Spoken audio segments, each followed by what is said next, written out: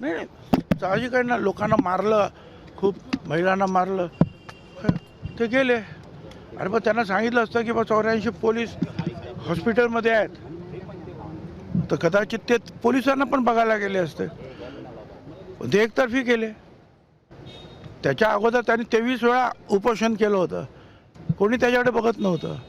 पण पवारसाहेब आणि पवारसाहेब गेले म्हणून उद्धवजी केलं आणि झालं, मग सगळंच जायला लागलं. सर काल तुम्ही बोलताना असं म्हटले की जे जरांगे पाटील यांना समर्थन करतात, त्यांच्याजवळ जातात, त्यांना ओबीसीने एकत्र येऊन धडा शिकवायला पाहिजे, याचा कसा अर्थ काढायचा आगामी निवडणूक? तसा काय अर्थ काढायचा ते लोक ओबीसीचे आमचे कार्यकर्ते काढतील, तुम्ही काळजी करू नका. सर काल 2 घटना घडलेल्या आहेत, हिंगोली आणि नांदेड मध्ये. नागपूरमध्ये मीटिंग पार पडली, मुंबईत देखील मोर्चाचा प्लॅन होता, अशी एक चर्चा होती. काय नेमकं ठरलंय का? आम्ही सांगितलं बा, कालच विचारलं, मुंबईत येणार, दिल्लीत येणार, बीडला येणार.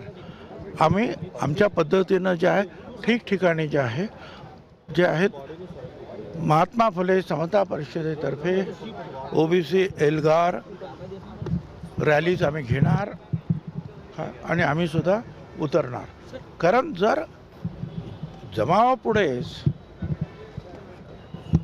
आणि झालेल्या गर्दीपुढेच त्याचा जर परिणाम काही निर्णयावर होत असेल तर आम्हाला सुद्धा दाखवावं लागेल, आम्ही सुद्धा बाबा जिवंत आहोत ना. प्रमाणपत्रांचं वाटप सुरू झालंय, काही तक्रारी तुमच्यापर्यंत पोहोचलेत का? माझ्याकडे आता isakal.com आहे देशातील नंबर 1 ची मराठी न्यूज वेबसाईट. प्रत्येक अपडेटसाठी isakal.com ला नक्की भेट द्या.